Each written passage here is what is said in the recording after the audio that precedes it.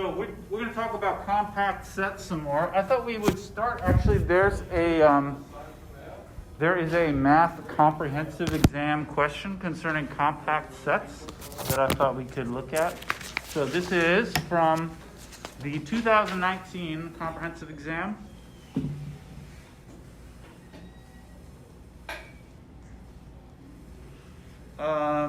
This is number 24, if you care. So part A, as usual, these questions always have, A's and B's. So the first one is a giveaway, for us at least. Define what it means for a set to be compact. This will be nice to refresh our memory. Define what it means for a subset K, subset R, to be compact. And the definition we talked about last time was if you have a sequence in K, then it has a subsequence which converges to a point in K. So you should say something like if AN is a sequence in K, then there exists a subsequence which converges to a point in K. All right? Every sequence has a converging subsequence, and the thing that it converges to is also in the compact set. Okay, so that I said that was a giveaway just because we just talked about the definition last time. Of course, the hard part on the real exam is you have to remember everything. Part B, give an example of a compact, of a bounded set that is not compact. Now we had some examples, we saw some examples of these last time. Anybody remember? A bounded set that is not compact. So compact is about sequences actually converging to points inside the set. What do you think? Folks back home, you can shout it out? Or the folks in here can shout it out? 0, 1, like open. Yeah, the open interval 0 to 1. Somebody shouted out. Yeah, this is bounded, certainly, but not compact. Why is it not compact? Because you can find a sequence of points in the open interval which converges to a point which is not in the open interval, right? Take some 1 over n would do it, or some points which approach 1. Okay, so this is bounded but not compact. Great.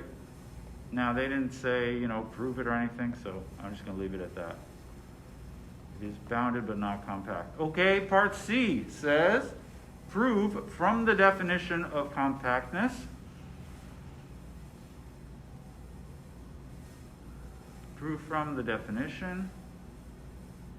that the set, this is kind of interesting, 0 is compact.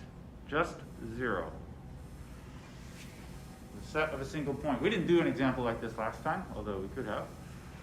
Prove from the definition that the set of just 0 is compact. So you need to say, why is it, to be compact? It means that every sequence in the set has a subsequence that converges and the limit is in the set. So I need to say something like, take some sequence, xn, in this set.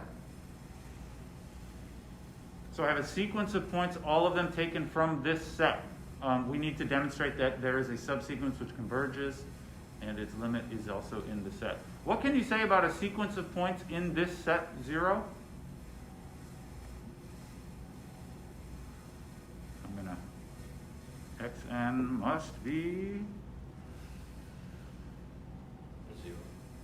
0, like as a sequence, it is 0, 0, 0, 0, right? That's the only option because this is a sequence, all of whose terms are in this set. So xn must be, I'll just write this, 0, 0, 0. Okay? What we have to show is that it has a subsequence which converges and the limit is in the same set that we're talking about. Does this have a subsequence which converges? Yes, like the whole thing already converges, so automatically every subsequence converges. So I'll just say this converges. And we need to demonstrate that the limit is also in the set we're talking about. What is the limit? The limit is 0. And I'll just say the limit is 0, which is in the set that we're talking about, the set containing 0. And so that's what we needed to show, right? It's a little strange. I don't know who came up with that question. It wasn't me. I didn't write those questions that year. I did the linear algebra section that year. All right? So that's part C. We proved that the set of just 0 is compact. Any sequence in that set has to just be all zeros, and that converges. Okay, and then part D. There's actually more than just D, but we haven't talked about the stuff to do E and F are things we're going to talk about today. Part D, prove that N is not compact. This actually is something we talked about last time, but just to refresh our memory, I thought we should chat about this for a moment. Prove that N is not compact. That means, the opposite of compact means that there are some sequences where they don't have any convergent subsequences, or perhaps they do converge to something, but it's not in the set. So can you think of a sequence in N which has no convergent subsequence? Or perhaps it does converge, but it converges to something that's outside of N. What do you think? Maybe can I hear from one of the Zoomers?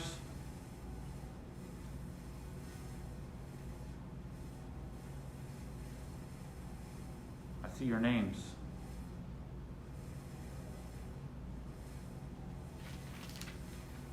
I think I see your names. You still hear me?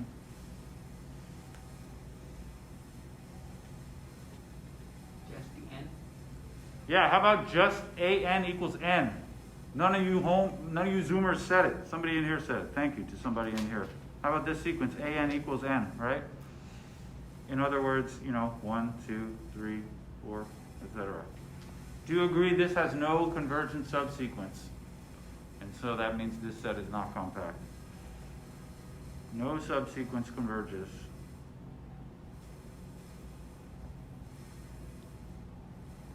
The same example works basically for any unbounded set.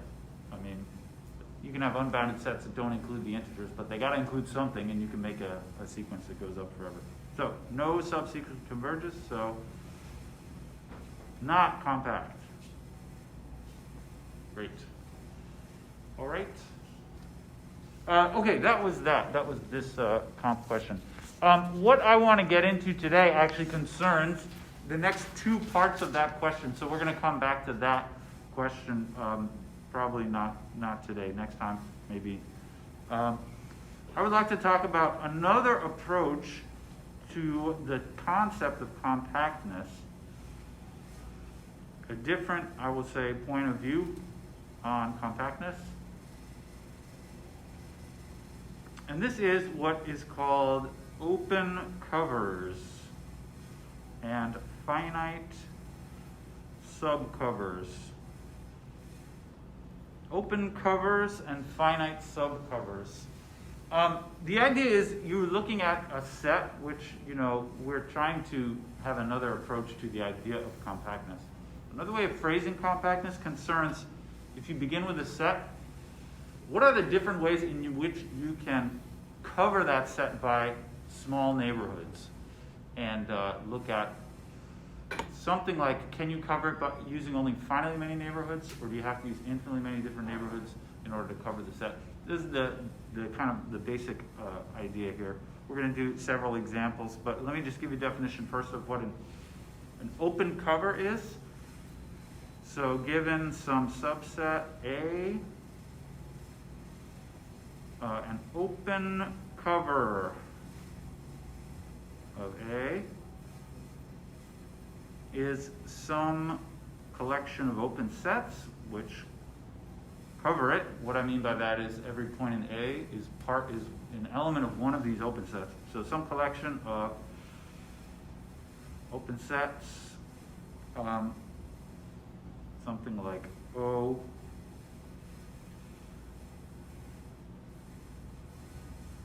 And the book writes this sort of somewhat strange index O. So they could be, you should imagine these as being like O1, then O2, then O3, etc. Just a bunch of open sets. The reason the book uses these lambdas, O sub little lambda, where the little lambda is in some set big lambda, is that this could be, if you wanted to, it could be some infinitely long list of open sets, but it also could be some uncountable collection of open sets, in which case you wouldn't be able to write them as a list. So this is what I wrote over here, O1, O2, O3. That's one possibility for what it could look like, but it could also be uncountable if you wanted to. Or it could even be finite. It could be just some that, just 5 different sets or something. Anyway, an open cover is any collection of open sets like that, with, I gotta tell you, what makes it an open cover? I said before out loud, any point of A is an element of one of those sets. Another way of saying that is A is a subset of the union of all these O lambdas. Right? That means every point in A is in one of those open sets on the right-hand side. All right? The picture you should imagine is something like if I have my set A is, say, this red thing, A. In my mind, at least, the picture that I imagine of an open cover is some bunch of open sets. They can overlap, maybe, and they could stretch out on the outside, but these guys are like O1, O2, O3. And they're open sets, so really, on a picture like this, they're probably going to be open intervals. But I imagine them as being sort of a bunch of blobs that, taken all together, they cover up A. But they are individually open sets, all right? And there could be, like I said, there could be finitely many of them. There could be infinitely many in a list, or there could even be uncountably many. All right? One last bit of simple terminology here.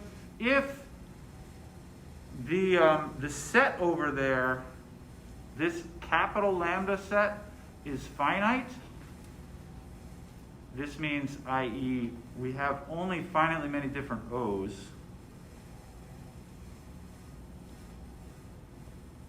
Finitely many different O's, then it's called a finite open cover. Right? If A can actually be covered by finitely many open sets, then that's called a finite open cover. So I guess the one that I drew is finite. It's got maybe, looks like 8 different sets there that I drew, those different circles. There's only 8 of them. There's not infinitely many of them. All right. And then one last simple bit of terminology. So a finite subcover. This is all the terminology that I said at the beginning. This is about open covers and finite subcovers. A finite subcover of some open cover is just a cover which uses some of the original sets, but only finitely many of the original sets. So it is a choice of finitely many sets from this one, O lambda, which still cover A. And that sometimes that's possible, sometimes it's not possible, depending on how the sets are arranged. Maybe you can't still cover A with only finitely many. So I'll just say sometimes this is impossible. But the whole point of view on compactness concerning covers concerns this question. For a particular set A and a particular way of covering it up, is there a way of taking a finite subcover? Can you cover it using only finitely many of the open sets that you started with at the beginning? Or do you really need to use infinitely many of them? That's the big question that we're going to be looking at for different sets. We're just going to do a bunch of examples, but this is the setup. Open covers and finite subcovers. So here's an example. How about the half the closed interval from 0, unbounded, up to infinity, all right? So on a picture, it looks like this, 0 here, and then all these points greater than 0. Can you make an open cover? There are many different ways. What? Cannot. This can't possibly be important. Sorry, I'm getting a little uncancelable.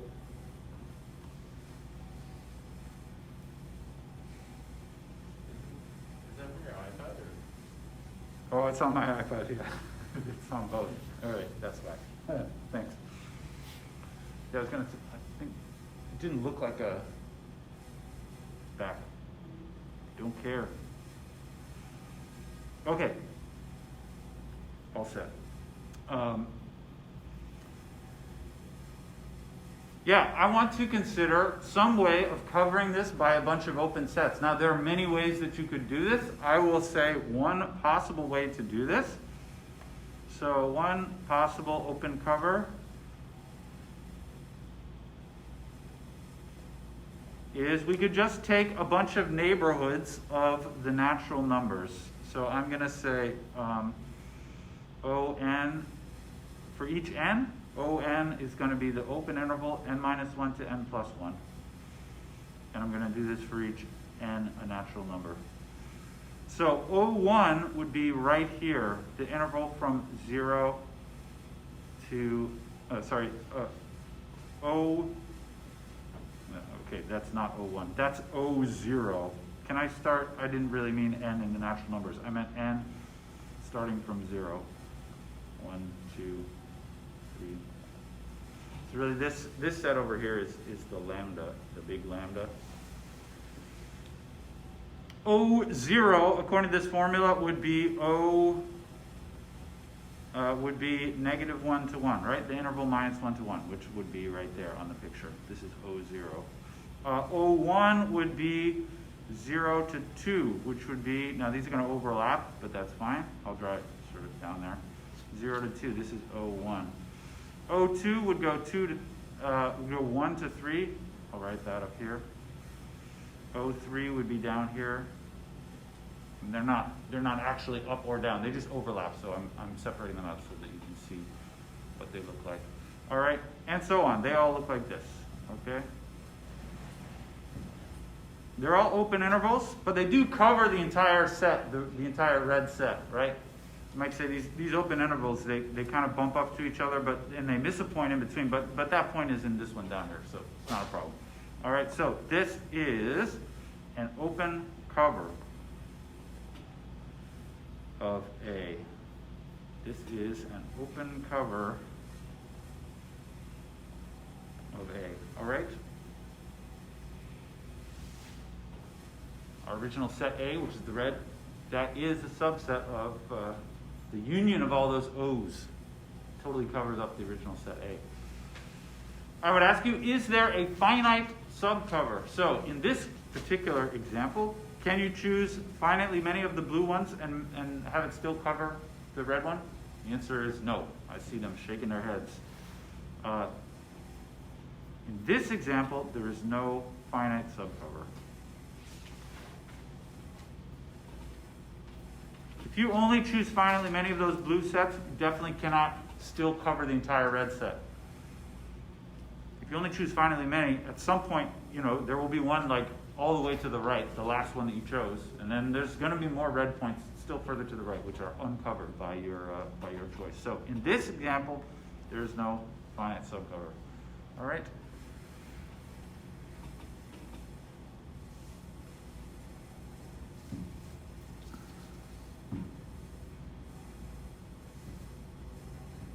Okay, what about if the original set, I'm going to use that same cover, but considering this time only, what about this? A is just the closed interval 0 to 10. How about that? So this time, it only goes up so high, right? And then if I use the same open cover, so use the same ON equals n minus 1 to n plus 1. In fact, actually, would you mind if I wrote it this way? This is the same as v1 of n. Remember v, the epsilon neighborhood? This is the neighborhood around n of radius 1 each time. So you can write it that way if you like. And just like before, I'm going to take n in the set 0, 1, 2, etc. So those sets on this picture, they look the same as they did before, right? Etc. And they keep going. You know, these ones actually, you will eventually go past the end, right? But I'm still taking all of those sets. They just go past the end. Now, does it have a finite subcover? I think it does. You can just take, I guess, 10 of them or maybe 11 of them, depending on how the endpoints work out. So this one does have a finite subcover.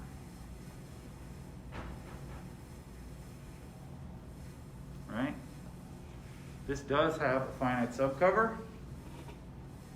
In this case, I believe we only need, in fact, I think you can do this with only 9 of them. 01, 02, up to 09, right? Because 09, oh no, is this the closed interval? All right, that's not right. I need 00 and 010 also. Okay, so you need 11 of them. I was thinking it was the, if A was the open interval, then you could omit the last, those 2 on the end. But I'm talking about the closed interval. All right, this does have a finite subcover, okay? So this question of, if I have a set and some cover, is there a finite subcover or not? It turns out that is very closely related to the concept of compactness, even though it seems like a completely different concept. Can I say, actually, what we've done so far, though, already is enough to demonstrate. So these simple examples show that if A is unbounded, then there exists a cover with no finite subcover.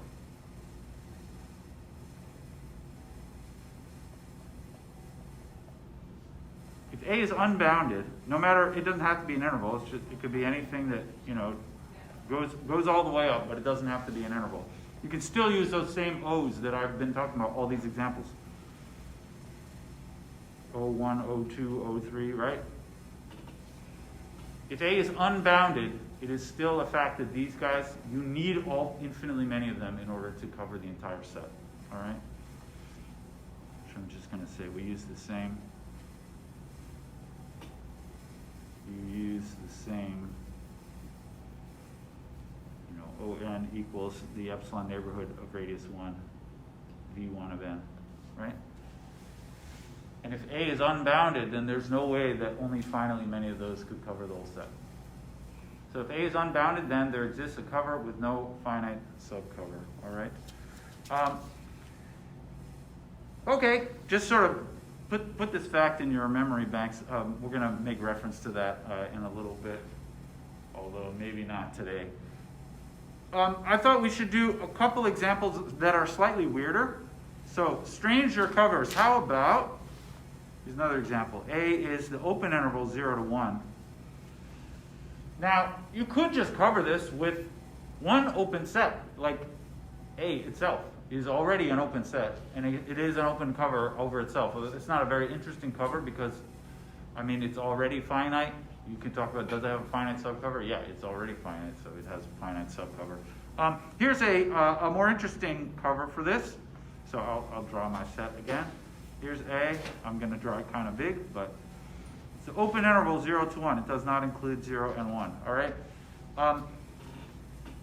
Here's what I want to use for the O's this time. I'm going to use,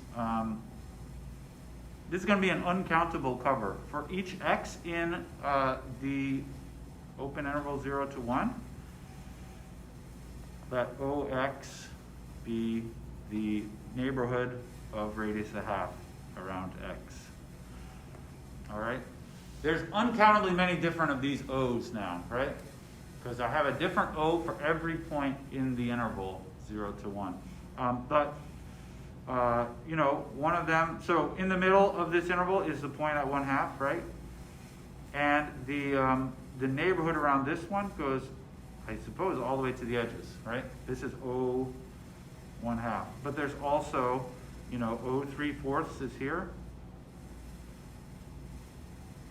There's also, I mean, there's one around every one of these points. They're all hanging out. Here's the one around that point, right? Infinitely many, uncountably many. Does this one have a finite subcover? That is, can you still cover the entire red set using only finitely many of them? Or do we really need do we really need infinitely many of those to cover the whole set A? These people at home aren't talking to me. Maybe my sound's off. I don't know. No, it's not. What do you say, people at home? I want to hear from you. There is a finite subcover? Yes. Can you say which O's do you need to cover it up? Can you use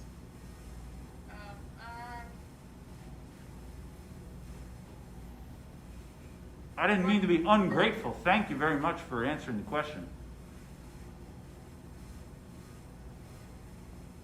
Whoa.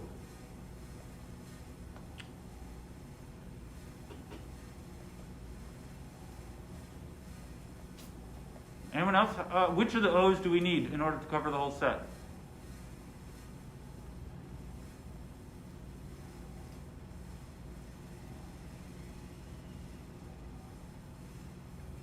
Would you believe me? I think O 1/2 just by itself already covers the whole set, right? Maybe this. O 1/2, I mean, it certainly looks like it on my picture. These are all the sets with epsilon neighborhoods with radius 1/2. That one really will cover the entire set, and that's certainly finite, right? Only one of them. That's definitely finite. Okay, here's another example. Same interval, but let's look at a different cover.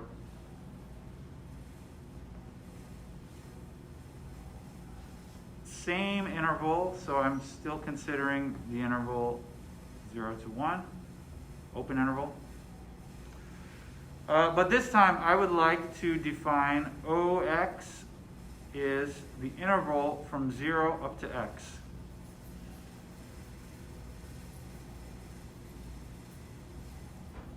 Again, for each x in 0, 1. All right, so this time these sets, they look like, you know, O 1/2 looks like that much. This is O 1/2. It's the open interval from 0 up to 1/2. There's also O 3/4 goes like that. Sorry, I shouldn't have drawn that thing right in the middle of my picture. Can I do this? Nope. Nope. Some other way to do that, but I don't know how. They're all together. All right, forget it. This would be like O 3/4, right? If I were to draw a bunch of these O's, they all look like, here's my original set. They all look like that, right? Etc.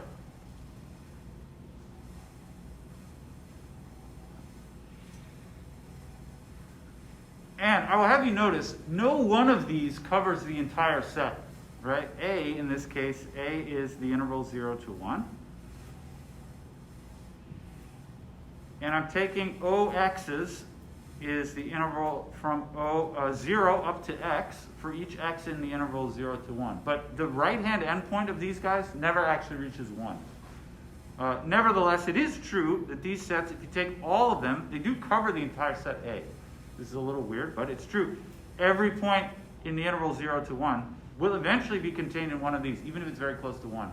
It will eventually be contained in one of these guys. All right? But no single one of those guys actually covers the whole thing. This is weird, strange, but true. Anyway, I will ask the same question. Is there a finite subcover of this? And the answer this time is no. If you only took finitely many of these, it's kind of like before. if you only take finitely many, then at some point you'll take like the last one, but it will still miss some points to the right. So this one here, this open cover has no finite subcover.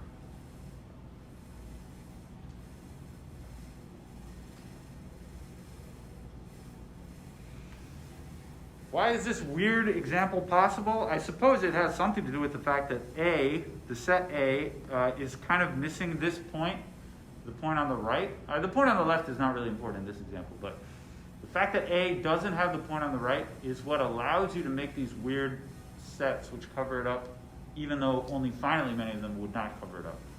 That's a weird thing, which is made possible by the fact that A is missing that point on the right side.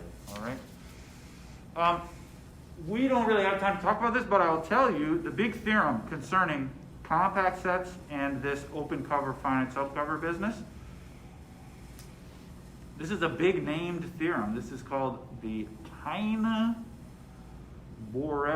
theorem, a very famous theorem of real analysis. It's about compact sets. And it's specifically about compact sets of real numbers. So it says, for some subset K, it's another way to tell if a set is compact. K subset of R. The following are equivalent. That means each of the following can be related by if and only if. So I'm going to write them, I'll call them 1, 2, 3. Number 1, K is compact. All right. Number 2, this number 2 actually is not interesting. I mean, it is interesting, but it's something that we already talked about last time. Number 2 is going to say K is closed and bounded. So this was a theorem we had from last time, is that in the real numbers, compact, a set is compact, it's an only if it is closed and bounded. That was the big thing from last time. So the fact that 1 and 2 are equivalent that's what we talked about last time. Maybe I'll just, these are equivalent from the theorem last time. What's more interesting for our present cases is number 3, and it says,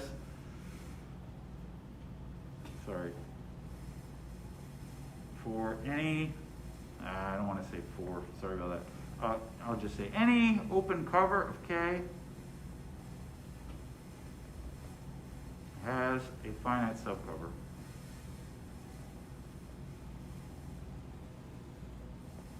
All right, this is the Heine-Borel theorem. I've heard this called the Heine-Borel theorem, which sounds a little funny to me. I think this German names, they would have said Heine, I think. Any open cover of K has a finite subcover. So for example, this fact here is not true of the interval 0 to 1. That was the example we just did, that weird example where the open cover can sort of grow out to cover it, but only in infinitely many steps. So this, apparently, if you believe the Heine-Borel theorem, this is not compact, which of course we already know it's not compact. I mean, that was an example we did last time.